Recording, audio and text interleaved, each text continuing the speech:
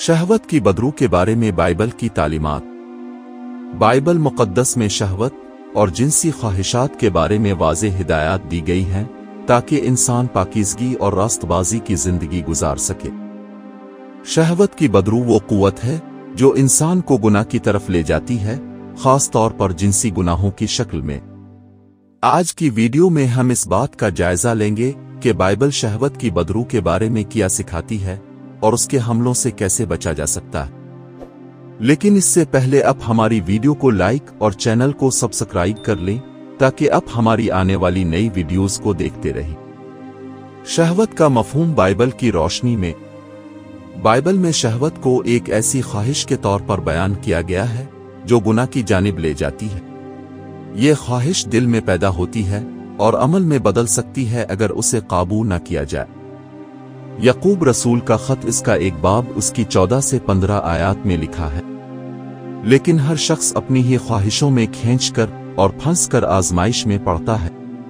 फिर ख्वाहिश हामिला होकर गुनाह को जन्म देती है और गुनाह जब बढ़ चुका तो मौत पैदा करता है। ये आयत हमें बताती है कि शहवत की ख्वाहिश गुनाह की जड़ है और अगर उसे रोका न जाए तो ये रूहानी मौत का सबब बन सकती है। शहवत की बदरू के असरात। बाइबल में खबरदार किया गया है कि शहवत के पीछे चलना इंसान की जिंदगी में कई मसाइल पैदा कर सकता है। मसलन, नंबर 1, रूहानी बिगाड़। शहवत की गुलामी खुदा के साथ ताल्लुक को नुकसान पहुंचाती है। किरन्थियों के नाम पौलुस रसूल का पहला खत उसका 6 बाब उसकी 18 आयत में लिखा है, हरामकारी से भागो।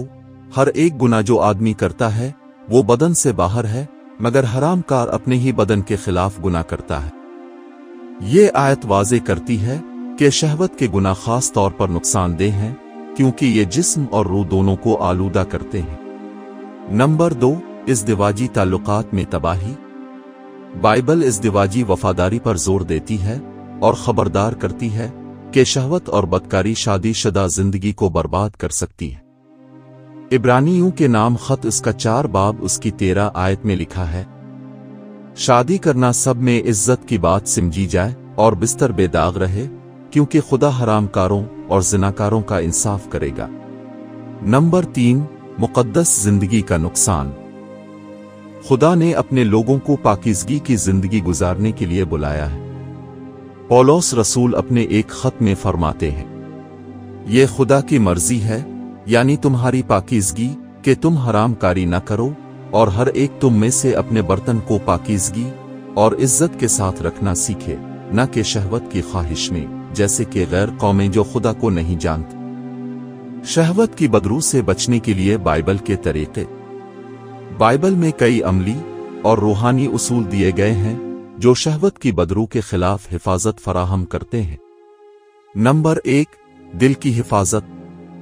बाइबल सिखाती है कि गुनाह का आगाज दिल से होता है, इसलिए दिल की हिफाजत जरूरी है। इमसाल की किताब इसका 4 बाब उसकी 23 आयत में लिखा है, अपने दिल की पूरी हिफाजत कर क्योंकि जिंदगी का सरचश्मा वही है। नंबर 2, निगाहों की हिफाजत। यसू मसीह ने निगाहों की पाकीज़गी पर जोर दिया।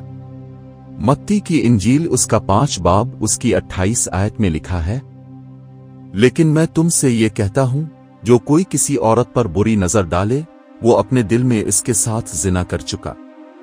नंबर 3, खुदा के कलाम पर अमल करना। खुदा का कलाम इंसान को गुनाह से बचने की ताकत देता है। दाऊद नबी फरमाते हैं, जवान अपनी राह को कैसे पाक रखे, तेरे कलाम पर ध्यान देने से। नंबर 4, रूह अल कुद्स की रहनुमाई। बाइबल के मुताबिक रूह अल कुद्स की कुव्वत शहवत के खिलाफ जंग में मददगार है। गिलीतियों के नाम खत इसका 5 बाब उसकी 16 आयत में लिखा है, रूह के मुवाफिक बन जाओ तो तुम जिस्म की ख्वाहिश को हरगिज पूरा ना करोगे। शहवत की बदरू के खिलाफ रूहानी हथियार। बाइबल शहवत के खिलाफ रूहानी हथियार इस्तेमाल करने की तालीम देती है और रूहानी हथियार ये है। नंबर 1, दुआ।